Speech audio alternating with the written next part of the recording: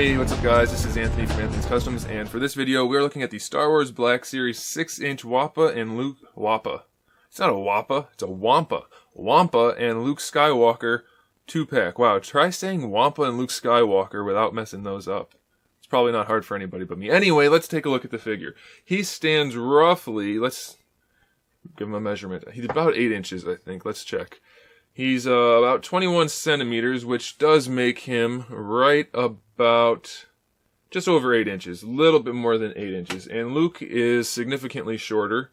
You can see he only comes up to about the belly. So let's measure Luke real quick. Luke is just over 6 inches. Well, his feet are a little downward right now, but he's right around 6 inches tall. And yeah, about 6. And that makes him about 15.5 centimeters. Let's look at Luke first, because I want to save the best for last, and the WAMPA is certainly not the best. So Luke is actually a really good figure. There's one horribly bad thing about him, but otherwise the figure is really good. We have loads of sculpt work throughout the entire body. We have really nice paint detail on the chest. It's very well done. Paint detail throughout is more than acceptable, so I'm really pleased with that. Again, the sculpt work is really good. It's a lot of unique parts. He doesn't actually have the same legs as Han, which I know a lot of people were worried about originally. It's a very nice figure. The articulation's pretty good. We have our standard hinge up here with the swivel where it connects to the torso. We have the bicep hinge and swivel for the arm right there. The wrist swivel is a little bit odd, though, that we have a swivel in the back and no swivel up front with the hinge built in. But it's not horrible. The head is on the hinged ball peg. Doesn't have the greatest range of motion due to the sculpt, but it's not too bad. For the torso, we have our standard diaphragm joint, which, other than a bit of a gap, it actually works pretty well, so I'm alright with that. This is a soft piece here, so it won't impede the articulation too much. We can bring the legs all the way forward, all the way out to the side. More than is sufficient. He doesn't need to do the splits. He has a thigh swivel, a really nice double-jointed knee, and we have our standard ankle hinge, which has good range, and the ankle rocker. So as far as the articulation goes and sculpt and everything, we're good. The only real downside is the head. It's a horrible sculpt and a pretty lousy paint job other than on the hat. It really takes away from the figure, so it's a good thing it came with the WAMPA, because otherwise I don't think people would buy this really ugly figure. So that's it for Luke. Let's look at his accessories. We have the blaster, which is basically the Han Solo style blaster, which looks actually pretty good. They did a nice job with the silver paint.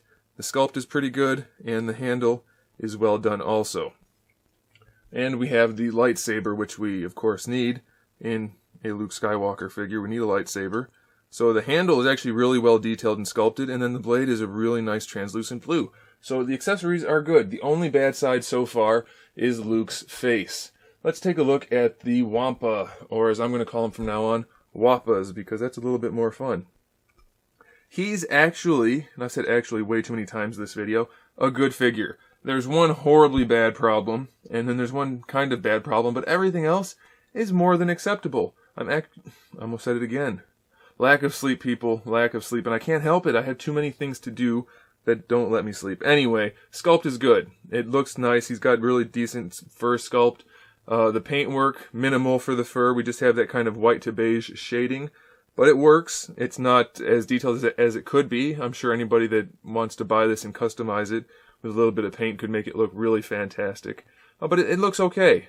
The paintwork for the head, however, is a little bit disappointing. The blood is a little cheap looking, and then the face is also a little cheap looking. Now, one of the major problems with this guy is the sculpt of the mouth. He does have teeth, but then the mouth is just a solid piece of black. It's not opened, actually. There, I said it again. Oh my goodness. It just looks really bad. There's no opening, so it looks really cheap. The other major problem with this guy is the shoulder. Now, there's a gimmick in there, but that doesn't mean it can't sit flush. At least it shouldn't mean that, but it does. The arm cannot get any closer to the body, so it looks really bad.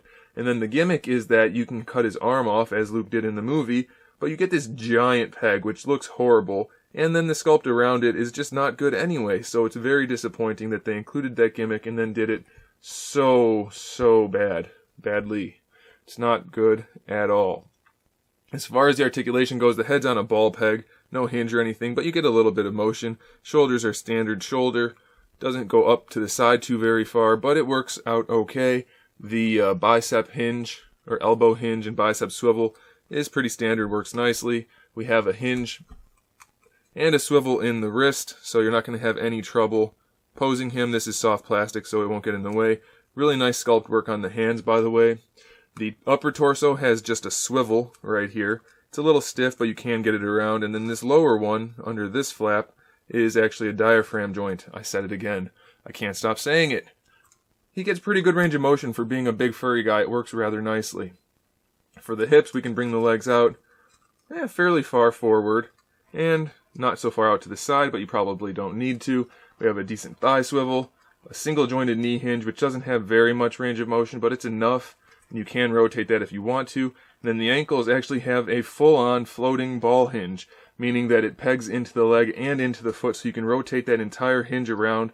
It has decent range forward, not so far back, but you can spin that around and give him a nice ankle rocker, and you shouldn't really have too much trouble posing this guy. So he's definitely, despite his flaws, the highlight of the 2-pack, which I do recommend because of the WAMPA. So there it is, guys. Thanks for watching. Make sure you subscribe to the channel so you can see my upcoming figure reviews, custom figures, and other good stuff.